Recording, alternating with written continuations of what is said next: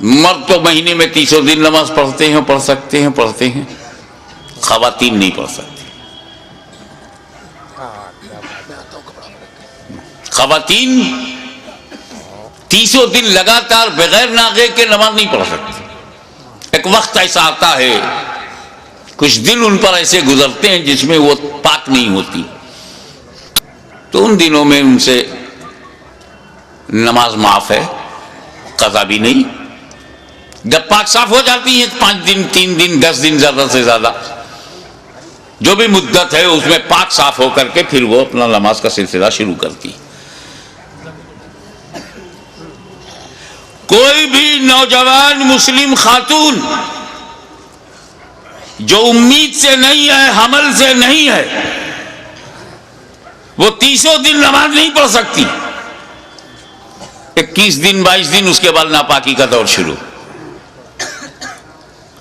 چاہے وہ مسلم عورت عابدہ ہو، زاہدہ ہو، عارفہ ہو، چاہے وقت کی رابعہ بصریہ ہو، وہ ناپاکی کا دور آئے گا۔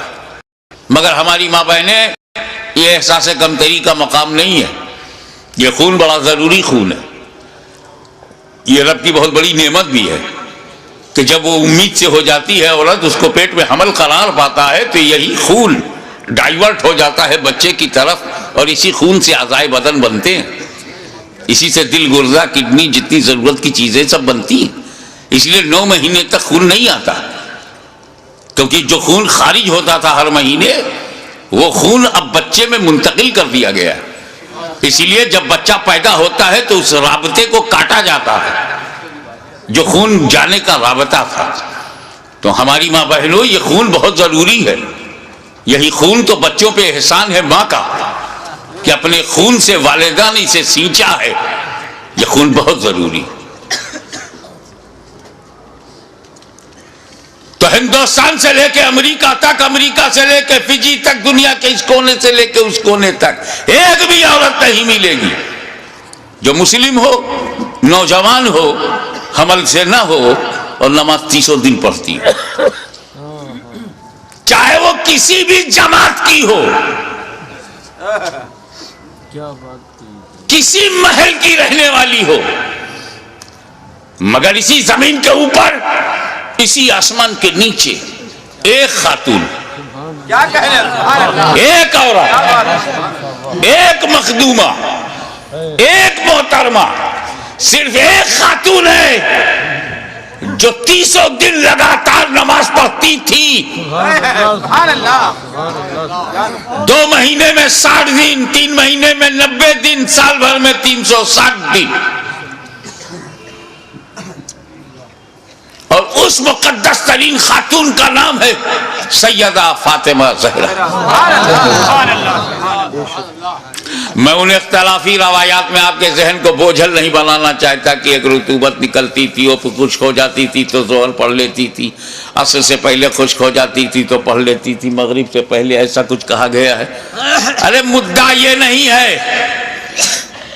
مسئلہ یہ ہے کہ جو خون مانع صلاۃ ہے، جو نماز پڑھنے سے روکتا ہے، وہ خون حضرت فاطمہ میں نہیں تھا۔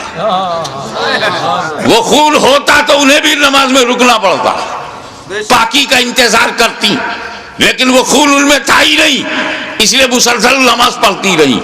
لیکن میرے مولا سیدہ فاطمہ میں وہ خون نہیں تھا، مگر وہ خون تو بہت ضروری ہے، اسی خون سے بچے بنتے ہیں، اسی سے بچوں کا نشوونما ہوتی ہے، اعضائے بدن بنتے ہیں۔ اور جب وہ خون حضرت فاطمہ میں نہیں تھا، تو جب پیٹ میں امام حسن تھے، جب پیٹ میں امام حسین آئے، تو یہ دونوں بنے کس چیز سے؟ عورتوں کا وہ خون جو مانع صلاۃ ہو اور اعضائے بدن کی تخلیق میں معاون ہو، جب وہ حضرت فاطمہ میں وہ خون ہی نہیں تھا، تو یہ حسنین کریمین بنے کس چیز سے، کس مٹیریل سے؟ تو وہ کیا بتائیں گے جن کے سارے عقائد کسی نالے میں پٹے ہوئے ہوں؟ بتایا تو اس نے بتایا، بریلی کی چٹائی پر بیٹھ کر احمد رضا خان نے اعلان کر دیا، تیری نسل پاک میں ہے، بچا بچا بچہ نور کا.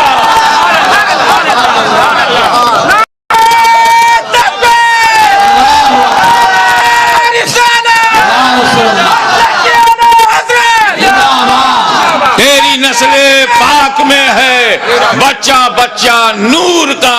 تو ہے عین نور، تیرا سب گھرانہ نور کا.